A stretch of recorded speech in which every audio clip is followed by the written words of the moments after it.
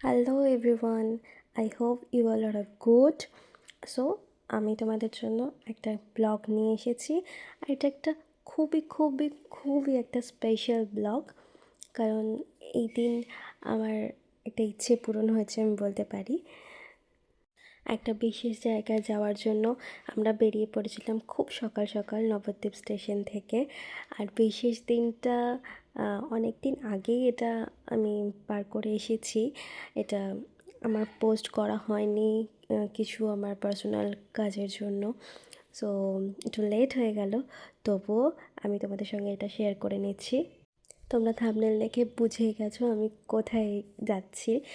তো আমি বড় মার কাছে গেছিলাম।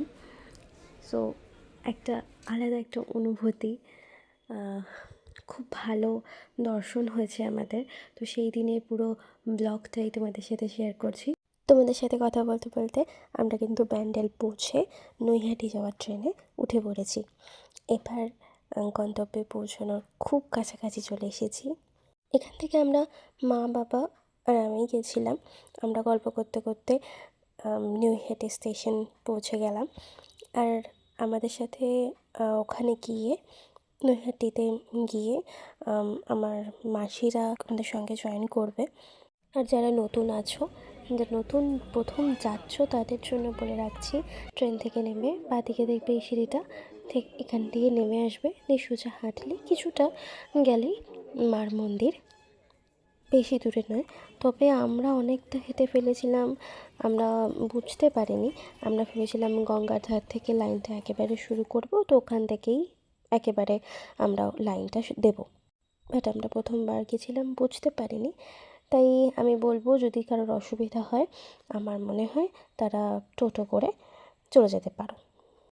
দিনটা ছিল শনিবার, মোটামুটি ভিড় ছিল, তবে অনেকটাই লাইন ছিল। আমরা লাইনে দাঁড়িয়েছিলাম, আর আমরা লাইনে দাঁড়িয়ে যে এই দৃশ্যটা দেখতে পাচ্ছ তোমরা, এটা খুব সুন্দর লাগছে এই গঙ্গার ঘাটটা। তো আমরা লাইনে দাঁড়িয়ে দাঁড়িয়ে ছোটো ভাইদের জন্যই অপেক্ষা করছিলাম। বাবা বলছিল ওরা কোথায়, বারবার জিজ্ঞাসা করছিল। আর তোমাদের জন্য আরেকটাও বলে দিই, তোমরা কোথা থেকে পুজো জিনিসগুলো নেবে। এটা খুবই সহজ, এবং তোমাদের কিছুই তেমন কিছু করতে হবে না। লাইনে দাঁড়িয়ে থেকেই তোমরা যদি ফল এটা নিতেও ভুলে যাও, তোমরা লাইনে দাঁড়িয়ে থেকেই সেটা নিয়ে নিতে পারবে।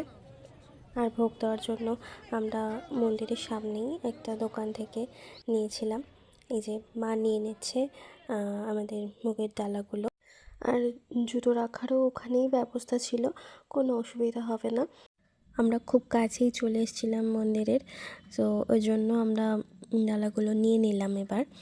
তারপর লাইনে দাঁড়িয়ে আমরা মাকে একটিবার দেখার জন্য অপেক্ষা করছিলাম।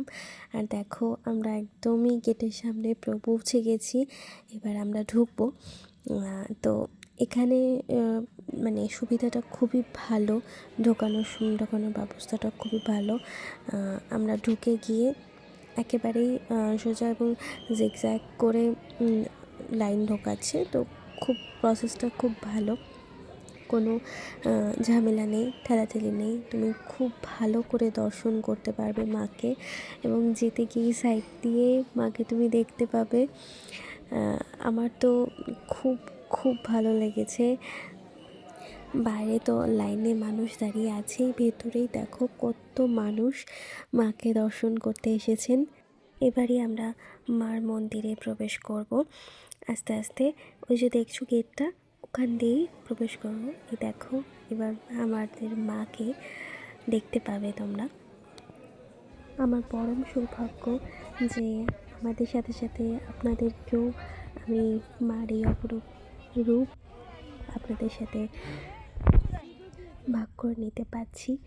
সেখানে ছবি তুলতে ঠিকভাবে দেওয়া হচ্ছিল না, তাই খুবই দূর থেকে আমি ফুটেজটা নিয়েছি।